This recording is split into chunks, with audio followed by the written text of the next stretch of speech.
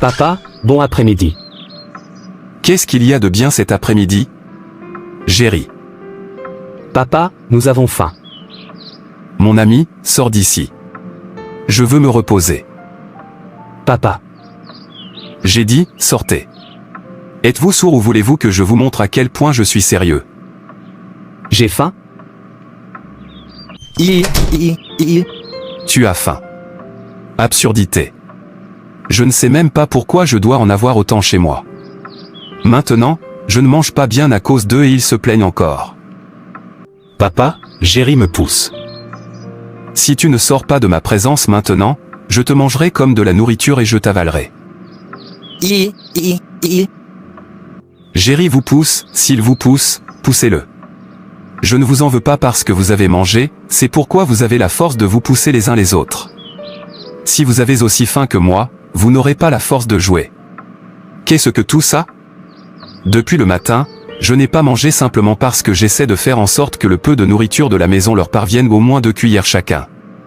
Si je n'agis pas ainsi, j'aurai l'air de ne pas être un bon père.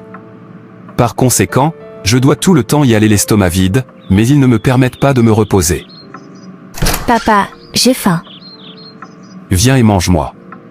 Le peu de nourriture qui reste le matin, je ne voulais pas laisser. As-tu vu quelque chose entrer dans ma bouche depuis ce matin? C'est moi qui devrais dire que j'ai faim. Papa, la nourriture est trop petite, juste 2 cuillères de riz chacun, c'est ce que maman nous a donné le matin, cela ne nous est parvenu nulle part. Vous qui voyez 2 cuillères, si je vois une cuillère, je ne serai pas ici affamé. Mais papa, on a mangé ce petit riz le matin. C'est l'après-midi. Cette fille, sort d'ici maintenant. Avez-vous déjà mangé un repas l'après-midi dans cette maison auparavant? Même si nous parvenons à manger dans cette maison, c'est le matin et le soir, alors pourquoi amènes-tu l'après-midi ici? Écoute, ne me provoque pas. Maintenant, retourne à l'intérieur et dors. J'ai faim. J'ai faim. Je suis de la nourriture. Je suis de la nourriture. Non-sens.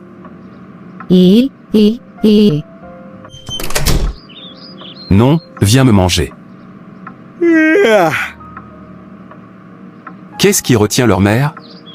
Depuis ce matin, je l'ai envoyée au marché avec le dernier argent de cette maison pour qu'elle nous prépare quelque chose pour ce soir. Il fait presque nuit et pourtant elle n'est pas revenue du marché. Que fait-elle sur ce marché? Tous les vendeurs de nourriture se sont-ils enfuis? Cher. Qu'est-ce qui vous retient là? Tu veux y dormir ou quoi? Et où sont les choses que tu es allé acheter? Chérie, tu ne peux pas croire ça. Je ne pouvais rien acheter avec l'argent que tu m'as donné. Tout a été multiplié par 5 par rapport à ce qu'il était auparavant. Je dois marcher d'un endroit à un autre pour voir si je peux voir quelque chose que mon argent pourrait me permettre, mais finalement rien. Que entends-tu par enfin rien? Qu'est-ce que tu essaies de dire? Comment pouvez-vous dire que vous avez fait le tour du marché et que vous n'avez rien pu acheter? Tu veux dire que je devrais me coucher le ventre vide? Je ne ferai pas ça. Que voulez-vous que je fasse? L'argent que vous m'avez donné ne pouvait rien acheter. Peut-être devrions-nous acheter un dorica de Gary, le tremper et le boire, c'est la seule chose que l'argent peut se permettre. Même celles de dorica de Gary, je dois les supplier de me donner l'équivalent de mon argent. Oh non, plus jamais. Qu'est-ce que tout ça? Je ne veux pas de cela. Que voulait-il que je fasse? Ce n'est pas de ma faute, tout coûte 5 fois le prix, et c'est le dernier argent de cette maison. Pour moi, c'est à nous de gérer le Gary, et demain je trouverai quelqu'un qui nous aidera. De la nourriture ordinaire, quelqu'un ne mangera plus dans ce pays. Je suis fatigué de tout ça. Je ne comprends pas ce qui se passe. Pierre, qu'est-ce qu'il y a? Qui t'a provoqué? Tout dans ce monde me dérange. Avant, quand je donnais un peu d'argent à ma femme pour cuisiner, elle se débrouillait et cuisinait, mais maintenant nous ne mangeons plus chez moi à cause du prix élevé des choses. Je suis fatigué. Depuis le matin, je n'ai pas mangé, et pourtant je n'ai rien à manger ce soir. Oh. Je comprends. Désolé pour ça. C'est à cela que tout le monde est confronté. Et partout. Il ne nous reste plus qu'à endurer et espérer que ça s'améliore. S'il vous plaît, monsieur Nicolas, aidez-moi avec un peu d'argent afin que je puisse le donner à ma femme pour qu'elle l'ajoute à celui qu'elle a en main.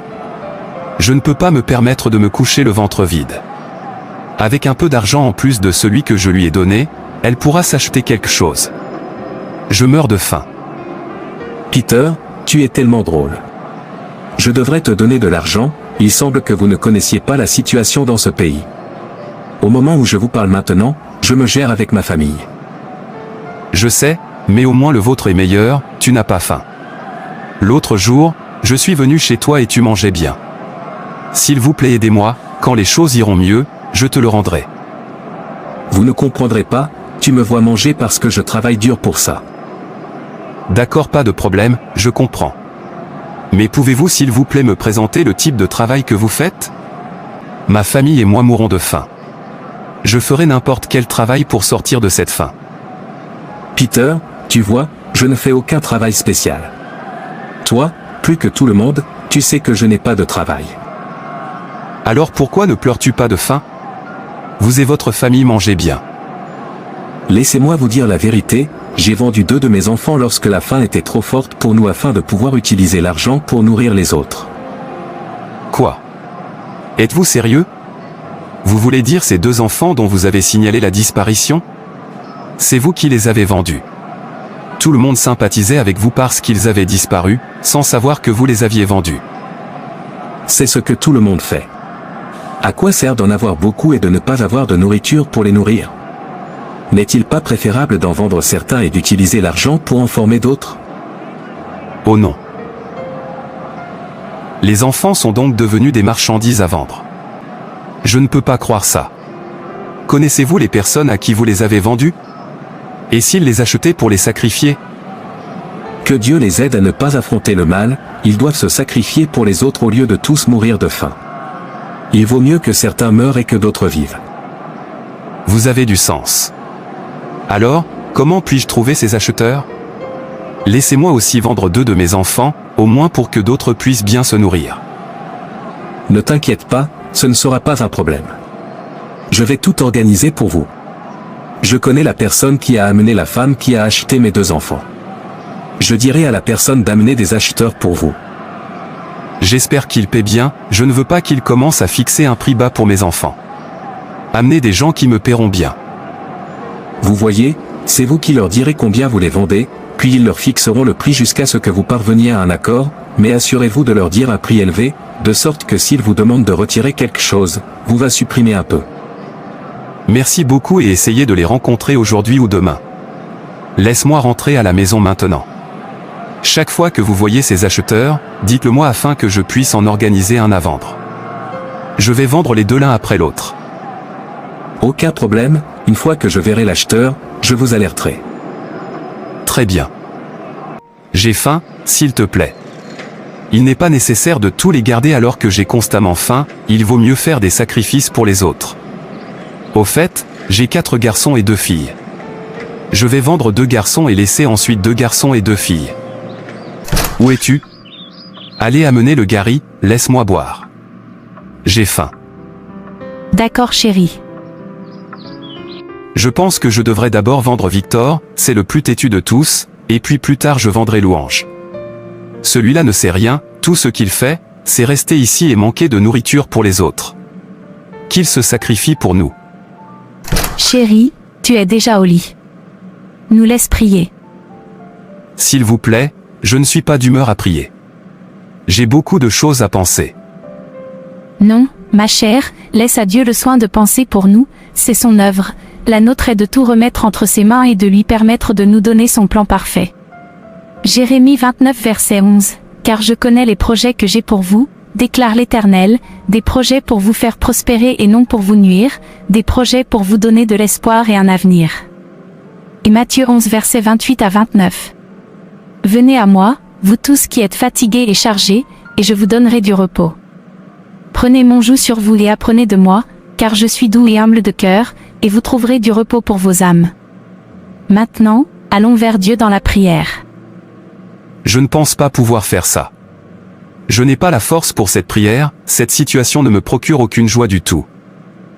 N'oubliez pas que dans toutes les situations, nous devons rendre gloire à Dieu. Au moins, nous sommes vivants et en bonne santé, c'est Dieu qui a fait en sorte qu'il en soit ainsi. Nous ne devrions pas perdre l'envie d'aller vers Dieu, d'abandonner notre foi en Dieu ou de retourner au péché à cause des difficultés de la vie. Cela ne montre pas que nous aimons Dieu. Jacques 1, versets 2 à 4. Mes frères, considérez cela comme une joie lorsque vous tombez dans diverses tentations. Sachant cela, que l'épreuve de votre foi fait travailler la patience. Mais laissez la patience faire son œuvre parfaite, afin que vous soyez parfaits et entiers, ne manquant de rien. Réjouissant dans l'espérance, patient en tribulation, continuez instantanément dans la prière, Romains 12 verset 12. Les temps difficiles sont des moments pour connaître un vrai chrétien. C'est le moment de prouver à Dieu que vous l'aimez vraiment, et c'est le moment où Dieu s'intéresse à nous. Il aime voir ceux qui le défendront jusqu'à la fin. Il aime voir ceux qui ne le renieront pas, lui tourneront le dos ou retourneront à leur péché. Ces gens vont enfin se réjouir. Nous devons apprendre à être patients et à endurer jusqu'à la fin. Hébreux 10, verset 36. Car vous avez besoin de patience, afin qu'après avoir fait la volonté de Dieu, vous puissiez recevoir la promesse.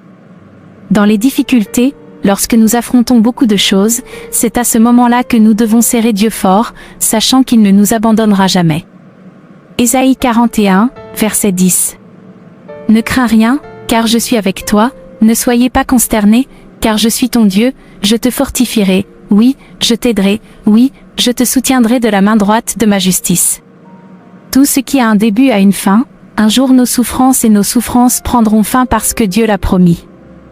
Ésaïe 41, verset 13. Car je suis l'Éternel, votre Dieu, qui saisit votre main droite et qui vous dit, ne crains pas, je t'aiderai. C'est pourquoi nous ne devrions pas laisser nos problèmes nous détourner de notre concentration sur Dieu. Je vous remercie. Peux-tu maintenant me laisser me reposer? Je veux juste que vous sachiez que Dieu est toujours aux commandes. J'ai dit, peux-tu me laisser me reposer, s'il te plaît? J'ai faim. Je n'ai pas la force pour ça, permettez-moi de me concentrer, s'il vous plaît. Si vous voulez prier, allez-y et laissez-moi en dehors de ça. Peter, j'ai trouvé un acheteur prêt à te payer maintenant. Vous savez quoi? Emmenez l'acheteur sur cette route solitaire qui mène au ruisseau, et j'y viendrai avec un de mes fils. Je ne veux pas que ma femme me soupçonne, que ce soit comme s'il avait disparu. Très bien, mais soyez rapide. Vous savez qu'ils viennent de loin, alors ne nous faites pas attendre. Aucun problème. Où sont ces enfants et qui est là? Papa, j'ai entendu ta voix. Loué, tu es celui qui est venu, qu'en est-il de Victor et des autres? Papa, ils dorment tous, et j'étais sur le point de m'endormir aussi avant d'entendre ta voix.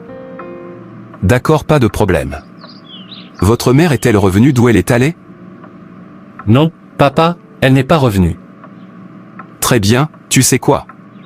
Suis-moi, il y a un endroit où j'ai besoin que nous allions ensemble. D'accord, papa. Ne t'inquiète pas, mon fils, à partir de maintenant tu n'auras plus faim. Pardonnez à ce père qui n'est pas capable de prendre soin de vous. Pas de problème, papa. Je comprends. Quand nous serons grands, nous ne permettrons plus à toi et à maman de souffrir à nouveau. Merci, mon fils, vous faites déjà ce que vous avez promis. N'oubliez pas que ce n'est pas ma faute si nous sommes confrontés à tant de difficultés. Fils, assieds-toi sur ce banc et attends-moi. J'arrive, je dois parler à mon ami. D'accord. Je suis venu, où est l'acheteur? C'est lui qui se tient là-bas. Bonjour. D'accord, merci beaucoup. Je vous en prie, allez-y et discutez avec elle. Je vais y aller maintenant. Aucun problème. Madame, je suis celle que vous attendez. S'il vous plaît, approchez-vous. Très bien. Madame, on me fait comprendre que vous êtes intéressée à acheter mon fils. Oh oui, où est le garçon? C'est lui qui est assis sur le banc. J'ai tellement faim. Voilà lui. C'est bon, je l'ai vu, alors combien le vendez-vous? Donnez-moi 5 000 $ et il est tout à vous. C'est beaucoup pour un simple garçon. Vous savez quoi? Je te donnerai 3 000 $. Non, madame, c'est trop petit. Donnez-moi juste 4000 $. Vous savez, j'ai déployé beaucoup d'efforts pour le nourrir jusqu'à présent. Papa, fais vite pour qu'on puisse rentrer à la maison. Il se fait tard et maman devait nous attendre. D'accord, pas de problème. Donnez-moi votre numéro de compte et laissez-moi transférer l'argent. Si vous en avez encore un autre à vendre, je suis toujours intéressé. Aucun problème, je vous contacterai lorsque je serai prêt à en vendre un autre. L'argent est sur votre compte. Le garçon est tout à toi.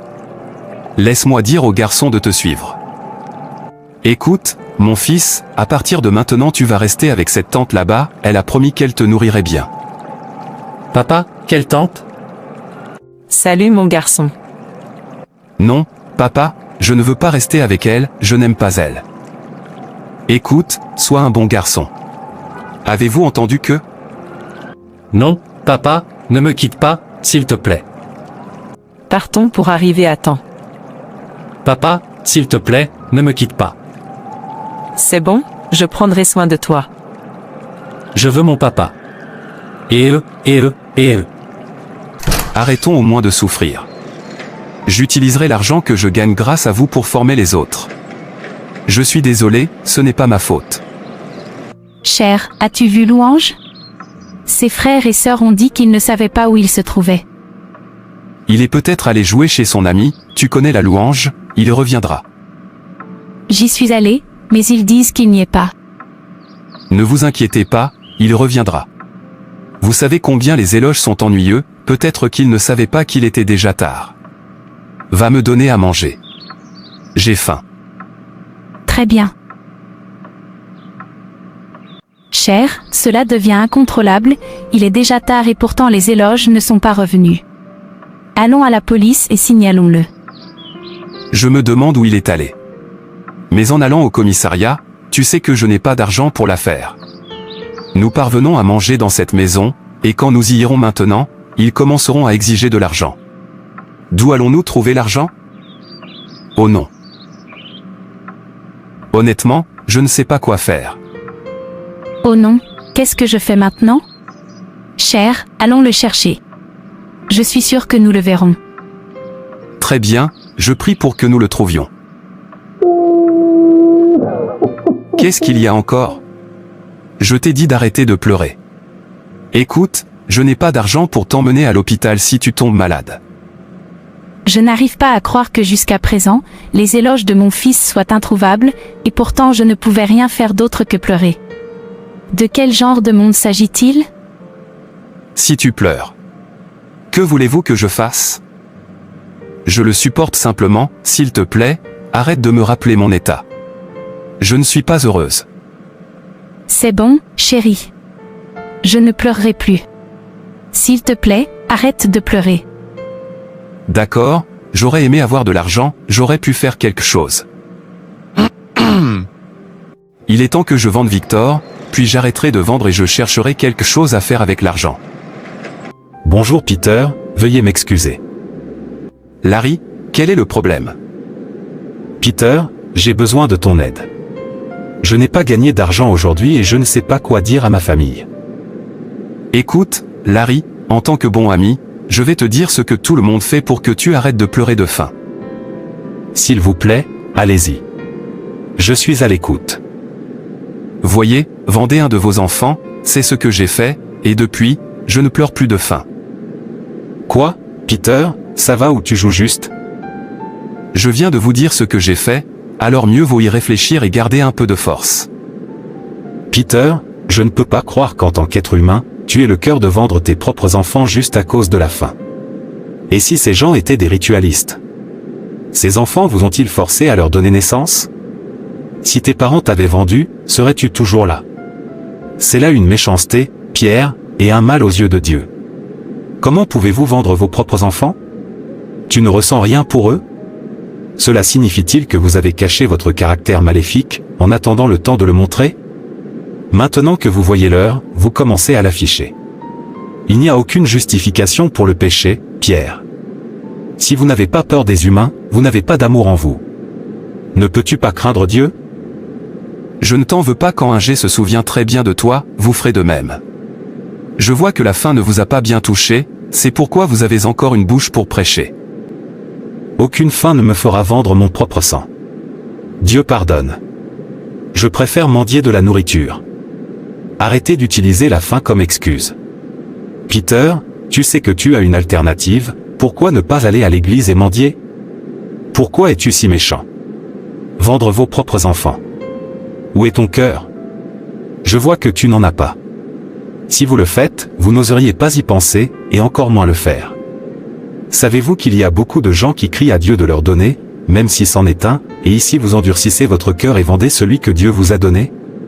C'est mal, s'il te plaît, ne me dis jamais ça.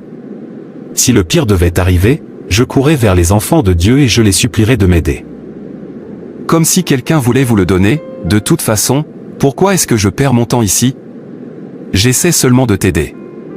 Si vous n'aimez pas l'idée, faites-vous plaisir. Excusez-moi. Pierre, il y a des enfants de Dieu que vous pouvez aller rencontrer et ils vous aideront. Essayez d'abord avant de conclure. Laissez-vous essayer et ils ne vous le donnent pas vendre vos enfants, c'est hors de question. C'est de la méchanceté, cela montre que vous n'avez aucun amour pour eux en tant que parents depuis le début. Cela montre que vous êtes mauvais et que vous cherchez simplement une occasion de montrer votre mal. Les temps d'épreuve sont des moments pour connaître les gens méchants et ceux qui sont déguisés. Pierre, tu as besoin de Jésus. Oh non.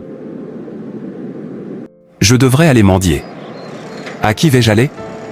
Cela me répondra dans cette période difficile. S'il vous plaît, je ne regrette pas mon acte.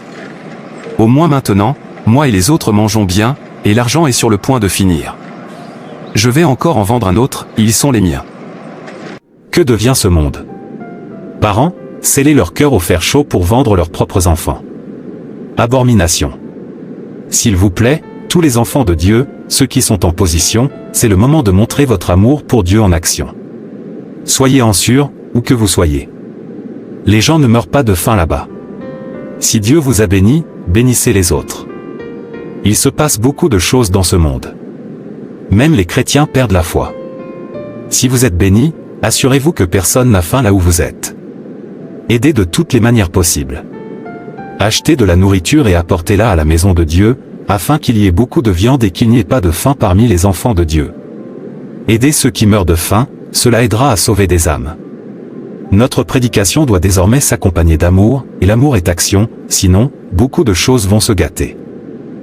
Mais pourquoi en est-on arrivé à ce point où les mères et les pères endurcissent leur cœur pour vendre leurs enfants? Oh non. Je sais quoi faire. Je pense que je devrais aller dénoncer Peter à la police pour qu'elle puisse le surveiller, sinon, il vendra tous ses enfants innocents. Qui sait à qui les vend? Dieu ait pitié. Prétendant. Je suis sûr qu'il fait juste semblant devant moi. Plus tard, il viendra derrière moi et vendra. Je connais son type et je ne suis pas du genre à tromper. Je regrette de lui avoir révélé le secret. Oh non, ces enfants ont des ennuis. Comme Peter a commencé à vendre, il ne s'arrêtera pas tant qu'il ne les aura pas tous vendus. Officier, il y a des problèmes. Mon ami Peter vend ses enfants à cause des difficultés, si vous ne l'arrêtez pas, il les vendra tous. Je le connais. Quoi? Es-tu sûr de ce que tu viens de me dire? Est-ce que quelque chose comme ça peut arriver? Officier, j'en suis très sûr. En fait, il m'a dit que son ami, qui avait également vendu le sien, lui avait amené des acheteurs, et que si je suis prêt à vendre le mien, il trouverait des acheteurs pour moi. Oh non, c'est fou. La traite négrière est donc revenue. Oh non, oh non. Merci beaucoup d'avoir attiré notre attention sur ce point. Je promets d'aller à la racine de tout cela. Merci monsieur. Cette femme qui a acheté Prez, mon fils, n'a pas payé assez d'argent, et je ne suis pas content qu'elle doive me faire retirer 1000 $. Je pense que je dois trouver quelqu'un d'autre qui me paiera plus. C'est ce que je ferai. Son nom est Peter, son adresse, sa photo, tout de lui est dans cette enveloppe que je vous ai donnée. Présentez-vous comme acheteur et acceptez le montant qu'il vous indiquera. Vous savez quoi faire une fois que vous l'avez attrapé. En flagrant délit. Oui monsieur. Papa, sois rapide. Si vous ne pouvez pas payer 6 000 $ pour lui, alors je ne le vends pas. Ne vous inquiétez pas, l'argent ne sera pas un problème. Je paierai, donnez-moi simplement les détails de votre compte. Et dis-moi chaque fois que tu veux en vendre un autre. D'accord, pas de problème. Je vous alerterai chaque fois que je déciderai de revendre. L'argent a été transféré sur votre compte, regarde ton téléphone. Je l'ai vu, le garçon est tout à toi. C'est agréable de faire des affaires avec toi. Écoute, Victor, tu vois cet homme avec qui je viens de parler. À partir de maintenant, tu resteras avec lui. Non, papa, je ne veux pas rester avec un parfait inconnu. Tais-toi et écoute-moi. Vous n'avez pas d'autre choix que de le suivre et, une fois sur place, soyez un bon garçon. Non, papa, ne me quitte pas, s'il te plaît. C'est bon, allons-y. Maintenant, je ne revends plus, même si je dois revendre, étant donné que cet homme m'a bien payé. Ce sera au moins dans 1 an, pas maintenant. Avec cet argent, je peux démarrer une entreprise et utiliser cet argent pour former d'autres personnes. Victor. Que faites-vous ici? Papa, pourquoi? Ce qui s'est passé? Vous êtes-vous enfui? Monsieur Peter, vous êtes en état d'arrestation pour avoir vendu vos enfants. Quoi? Vous êtes policier. Oh non, qu'est-ce que j'ai fait? Je suis dans le pétrin. Qu'est-ce que j'entends? Mon mari vend ses propres enfants. Non. C'est donc vous qui avez vendu des éloges et qui êtes sur le point de vendre Victor. Tu es un méchant homme, Peter. S'il te plaît, pardonne-moi, chérie. Je ne sais pas ce qui m'a pris. Madame, s'il vous plaît, calmez-vous. Laissez-nous nous en occuper. Maintenant, bouge-le, criminel. Qu'est-ce que j'ai fait? Je me suis déshonoré. Maintenant, commence à parler, méchante âme.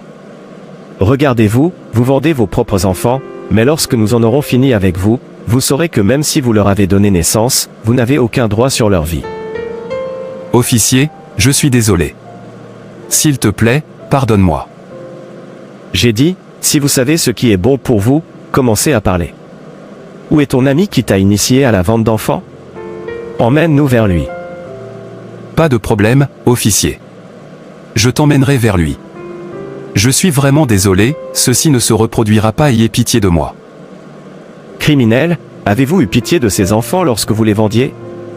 Arrête de parler, emmène-nous vers cette bête de ton ami et écoute. Priez pour que nous récupérions tous ces enfants que vous et votre ami avez vendus, sinon, vous mourrez en prison. J'espère avoir été clair. Maintenant bouge. Et eux. J'ai fini. Qu'est-ce que j'ai fait? Maintenant, la nouvelle est partout, j'aurais dû aller dans les églises et mendier. Je suis sûr que j'y aurais trouvé une aide. Oh Dieu, pardonne-moi. Quel genre de parent suis-je? Et alors plusieurs seront offensés, se trahiront les uns les autres et se haïront. Et beaucoup de faux prophètes se lèveront et séduiront beaucoup de gens. Et parce que l'iniquité abondera, l'amour de beaucoup se refroidira. Mais celui qui persévérera jusqu'à la fin sera sauvé. Et cet évangile du royaume sera prêché dans le monde entier pour servir de témoignage à toutes les nations, et alors viendra la fin. Quand donc vous verrez se tenir dans le lieu saint l'abomination de la désolation dont a parlé le prophète Daniel, quiconque lit, qu'il comprenne, alors que ceux qui seront en Judée fuient dans les montagnes, que celui qui est sur le toit ne descende pas pour emporter quoi que ce soit de sa maison, que celui qui est dans les champs ne revienne pas non plus prendre ses vêtements. Matthieu 24 versets 10 à 18. S'il vous plaît, chaque chrétien doit alerter. Il est maintenant temps de se montrer mutuellement amoureux. Lorsque vous mangez, vérifiez si votre voisin mange aussi. Ce faisant, vous pourriez finir par sauver beaucoup d'âmes. Merci d'avoir regardé. Et n'hésitez pas à vous abonner, à liker et à partager. Que Dieu te bénisse. Et rappelez-vous, Jésus vous aime.